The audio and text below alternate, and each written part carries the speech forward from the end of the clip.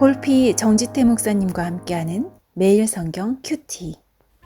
교우 여러분 안녕하십니까? 12월 4일 수요일입니다. 오늘부터는 아모스를 묵상합니다. 1장 1절부터 2장 3절까지입니다. 유다 왕 우시야의 시대, 곧 이스라엘 왕 요아스의 아들 여로보암의 시대에 지진 전 2년에 드고와 목자 중 아모스가 이스라엘에 대하여 이상으로 받은 말씀이라. 그가 이르되 여호와께서 시온에서부터 부르짖으시며 예루살렘에서부터 소리를 내시리니 목자의 초장이 마르고 갈멜산 꼭대기가 마르리로다. 여호와께서 이와 같이 말씀하시되 다메섹의 서너 가지 죄로 말미암아 내가 그 벌을 돌이키지 아니하리니 이는 그들이 철 타작기로 타작하듯 길르앗을 압박하였음이라. 내가 하사엘의 집에 불을 보내리니 베나닷의 궁궐들을 사르리라. 내가 다메섹의 빗장을 꺾으며 아웬 골짜기에서 그 주민들을 끊으며 벳 에덴에서 규 잡은 자를 끊으리니 아람 백성이 사로잡혀 기르에 이르리라. 여호와께서 말씀하셨느니라. 여호와께서 이와 같이 말씀하시되 가사의 서너 가지 죄로 말미암아 내가 그 벌을 돌이키지 아니하리니 이는 그들이 모든 사로잡은 자를 끌어 에돔에 넘겼음이라. 내가 가사성에 불을 보내리니 그 궁궐들을 사르리라. 내가 또 아스돗에서 그 주민들과 아스글론에서 규를 잡은 자를 끊고 또 손을 돌이켜 에그론을 치리니 블레셋의 남아있는 자가 멸망하리라. 주 여호와께서 말씀하셨느니라. 여호와께서 이와 같이 말씀하시되 두로의 서너 가지 죄로 말미암아 내가 그 벌을 돌이키지 아니하리니 이는 그들이 그 형제의 계약을 기억하지 아니하고 모든 사로잡은 자를 에돔에 넘겼음이라. 내가 두로 성에 불을 보내리니 그 궁궐들을 사르리라. 여호와께서 이와 같이 말씀하시되 에돔의 서너 가지 죄로 말미암아 내가 그 벌을 돌이키지 아니하리니 이는 그가 칼로 그의 형제를 쫓아가며 긍휼을 버리며 항상 맹렬히 화를 내며 분을 끝없이 품었음이라. 내가 대만에 불을 보내리니 보스라의 궁궐들을 사르리라.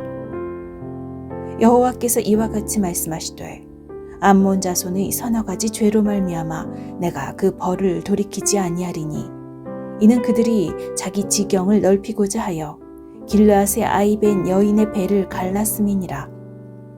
내가 라빠성에 불을 놓아 그 궁궐들을 사르되 전쟁의 날에 외침과 회오리 바람의 날에 폭풍으로 할 것이며 그들의 왕은 그 지도자들과 함께 사로잡혀 가리라.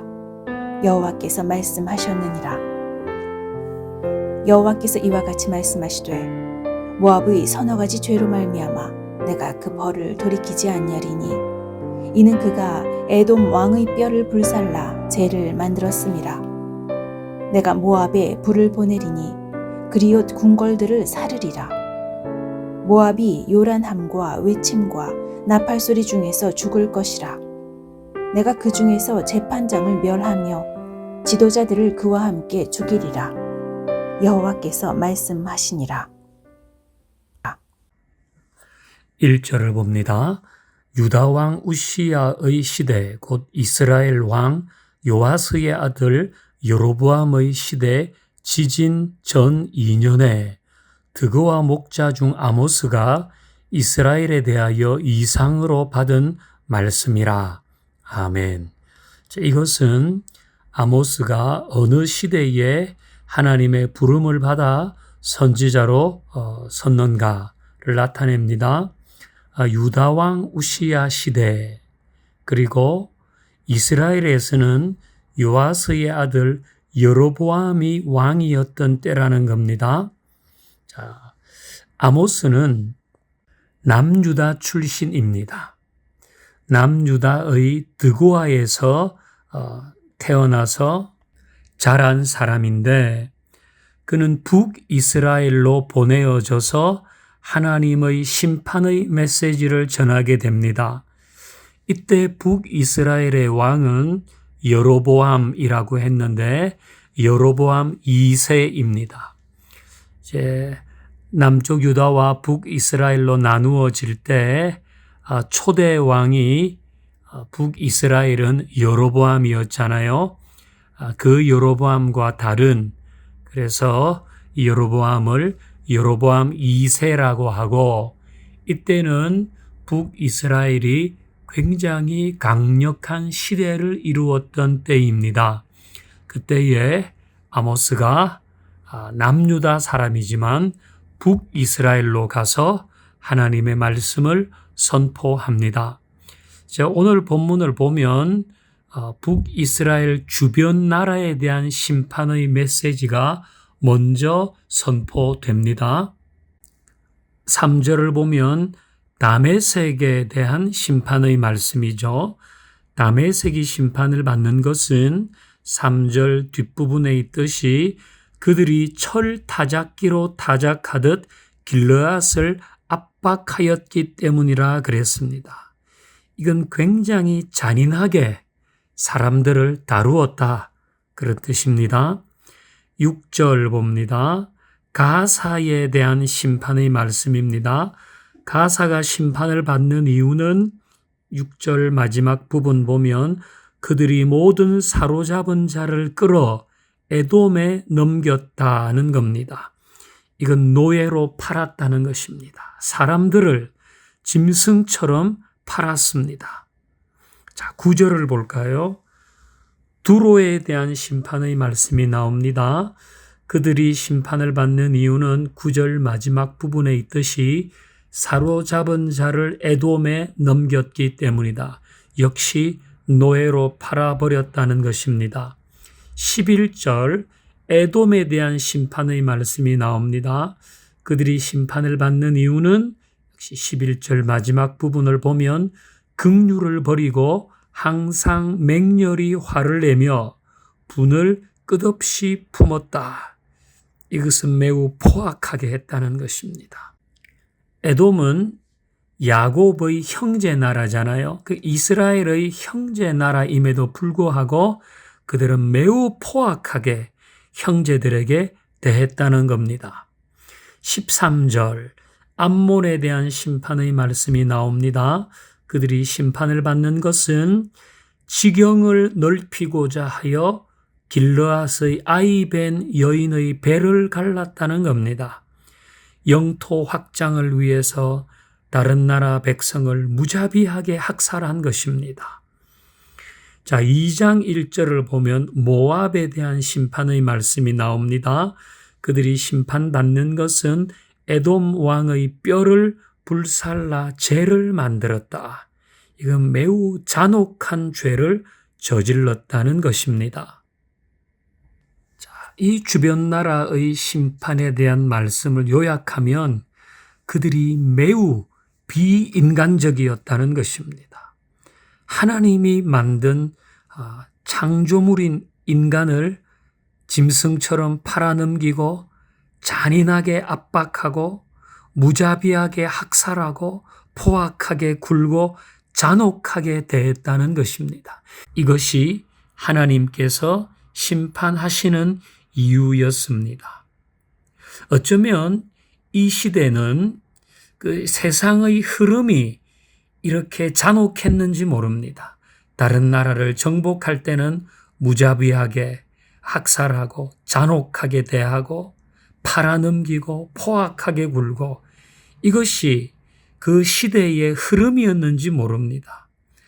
그러나 하나님은 공의대로 순결하게 정직하게 살라고 말씀하시는 것입니다. 그래서 우리도 세상의 흐름대로는 살아서는 안 되겠습니다. 언제나 모든 나라와 인생의 마지막은 공의로우신 하나님 앞에 서게 된다는 것을 잊어버리지 마십시다. 우리의 삶을 지켜보시는 공의의 하나님을 기억하며 하나님의 뜻을 따라 사는 것이 언제나 지혜로운 선택이 될 것입니다. 하나님 감사합니다. 우리의 삶을 하나님의 공의 앞에 세우게 하옵소서. 그래서 이후 하나님 앞에 섰을 때에 부끄럽지 않게 하옵소서. 예수님의 이름으로 기도하옵나이다. 아멘.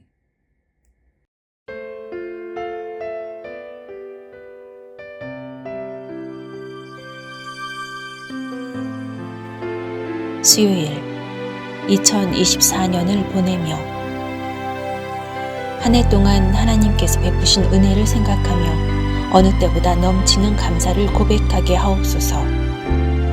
올해가 가기 전 나의 잘못된 생각과 행동을 돌이키고 관계를 회복하고 해결해야 할 과제를 지혜롭게 마무리하게 하옵소서. 연말에 하나님을 더 가까이 하며 시간을 경건하게 사용하게 하옵소서. 너도 다른 사람처럼 날 원망하며 모두 포기하려 하느냐. 무엇이 널 무릎 꿇게 하느냐. 무엇이 널 울게 만들었느냐. 모두가 길이 없는 바다라고 포기해도 너만은 날 신뢰하느냐. 걸어오라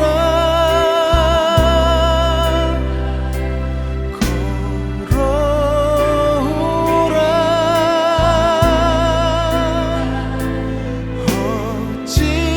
어찌하여 나에게 죽는다 하느냐.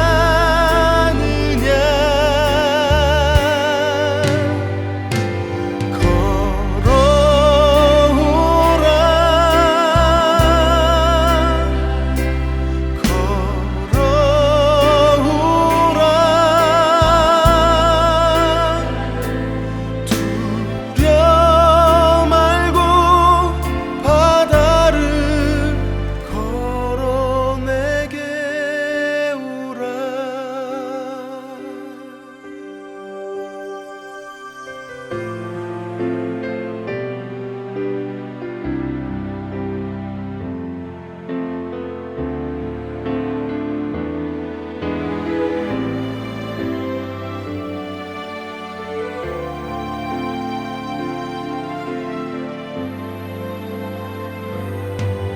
무엇이 널 죽게 만들었느냐.